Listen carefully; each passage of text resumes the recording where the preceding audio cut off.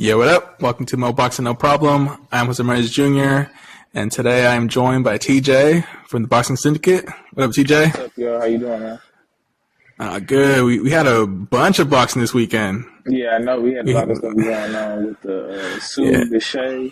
That was pretty good. And I was kind of just switching back and forth from Berchelt and that one, just switching, just trying to make came on at the exact same time. It was tough, and I only had my cell phone, so that was tough because my daughter was taking over playing her kid videos on the big screen TV.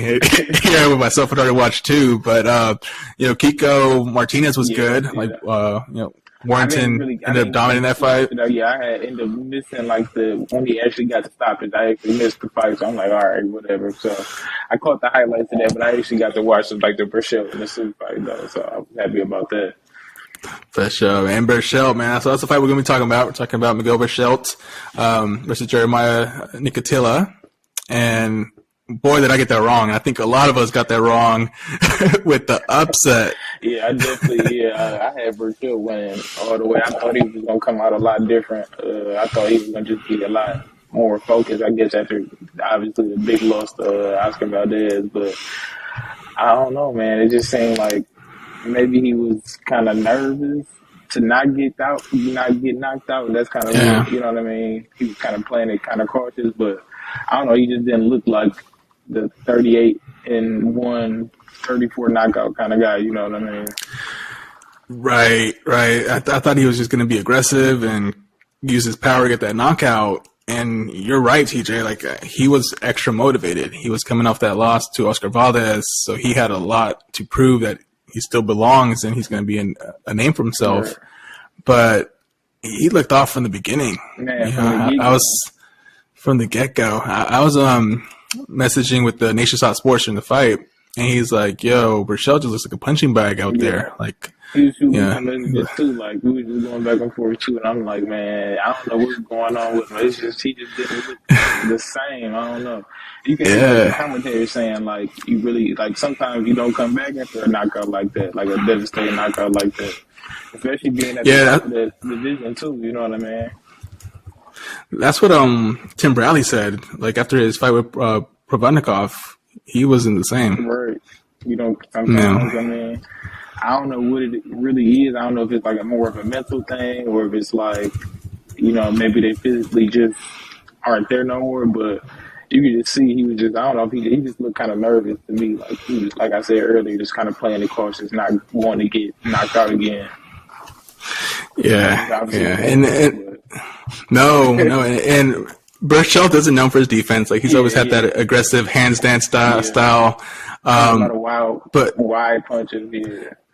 A lot of them, and that's how he got caught on the Valdez fight because he was, swinging wildly and he walked into one. But I was like, all right, I think Berchelt may survive long enough to land a Hail Mary because Nakatila didn't seem like he had the power. Right. He kept landing cleanly, but I guess credit to Berchelt's chin. After a while, just kind of.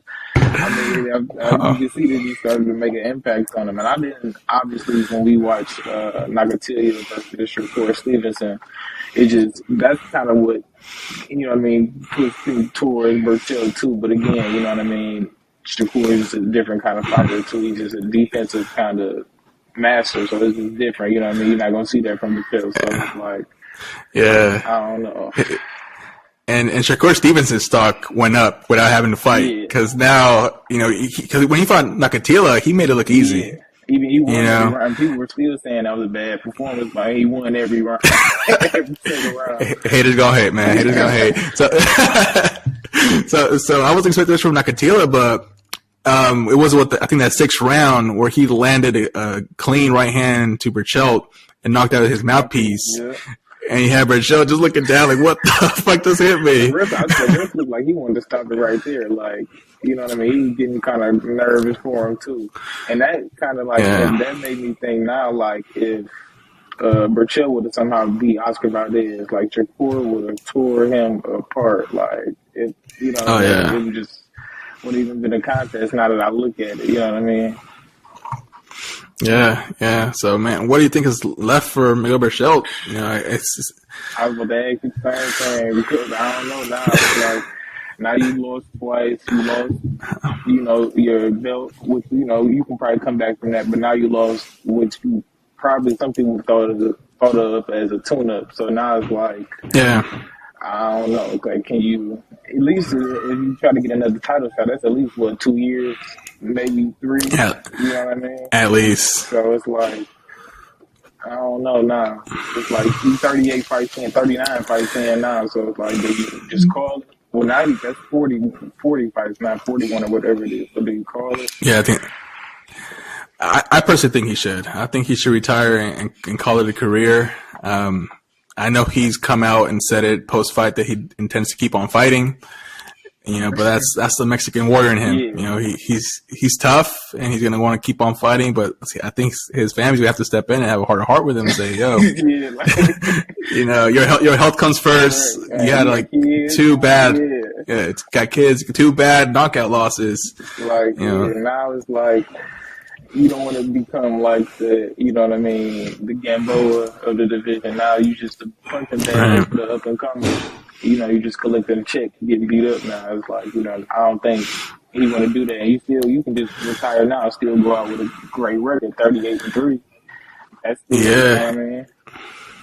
Because this is a brand new weight class for him. There's some killers at 135. Yeah, so it's gonna be, I don't know if you want to keep going through that. So especially like the newcomers, they gonna be like, this is Miguel Berchelt is a perfect resume builder if you were to beat him up real quick. You know what I mean? So I just don't want him to be like that.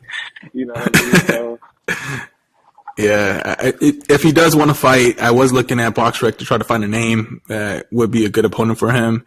And I came across Francisco El Bandido Vargas, which he did fight back in 2019, and he bit by knockouts. That's another Mexican. Could be a fight you hold in Mexico as a rematch, and just kind of call it a career and on a high note. Right.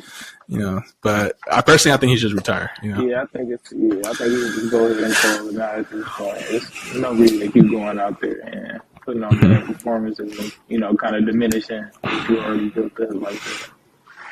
Exactly. Now, what about Jeremiah Nakatila, which he had his coming out party? Right now, he's made a name, and now he's calling out all the champions. Right. He's feeling good right now. I don't know. He could. He actually did. I mean, he didn't look like the best in the division yesterday, obviously, but he got a lot of power. He has a lot of power. I think he could put some damage on a lot of guys if he was to fix up his boxing a little bit. I think we need to just learn how to box a little better rather than try to knock Berchelt. I think he came in with that game plan to just knock Berchelt out, and it just worked. You know what I mean? Yeah. But once he goes against a boxer, we saw with Shakur. Granted, that's probably the best boxer he's going to probably face in a long time. But, if he comes out with somebody like that, it's not going to be the same kind of night, you know what I mean? So I think he need to just tune up his boxing a little bit. Yeah, I think so. And he can pick some names out there. There's Lee Selby, Billy Dibb, names that are probably don't pose too much of a risk for him, that don't have that much power. He can keep on working on them. And there's also Javier Fortuna's out there. Yeah. He's pretty good. And Jorge Linares, I know he just lost his last one, but that's another name out there. I really like Linares. I think he's really good. So I don't know what happened to him last time. I don't know what happened, but I know. I think he might have been winning that fight and then just got knocked down in the 12th. Yeah. I'm like, yeah. And he was fighting like a wrestler or something. Wasn't he? It was like, I missed it, but something like that. It was like in Eastern Europe or something. Yeah. That's why I missed it. But that's what I want for Nakatila, is just like 1 or 2 more fights, kind of at that level with like someone that's more like just a step above journeyman, kind of like ex champions. Because I don't think he's ready for Haney, for Tank, Ryan Garcia. Definitely not. We already obviously saw Shakur, so it's like obviously you can't hang with the top guys in that division right now. You know what I mean? So I mean, I see what you mean. Like just a step above a journeyman, just nobody that can pose much of a risk on them. Just keep breaking up some wins, and maybe after a while, then you could be like, you know what I mean? Maybe I could take a shot at the champion again. You know what I mean? But exactly. But right now, it'll be a bad night. But he looked really good. He looked really good last night. I can't even take anything away from him. He looked really good last night, and he got the job done. Yeah, he came out with a game plan, stuck to it, and got him out of there. So, tip my hat to him. He's definitely going to be a player at 135. I just think he needs 2 more fights before he officially enters the championship mix. Mm-hmm. Sweet, man. All right, well, that's all I have. You got any more closing thoughts, TJ? No, man, I'm all good, man. I appreciate you having me on again. No worries. Well, why don't you tell everybody where they can find you? I know you got your podcast out now. Yep, that's on YouTube at the Boxing Unfiltered. And then you can find us on Instagram at the Boxing Syndicate. Then, we got all the information there, too. Sweet. All right. Well, there you go. That's our thoughts on Miguel Berchelt versus Jeremiah Nakatila. Hope you enjoyed the video. And if you did, subscribe to the channel. Later, guys. Later, TJ.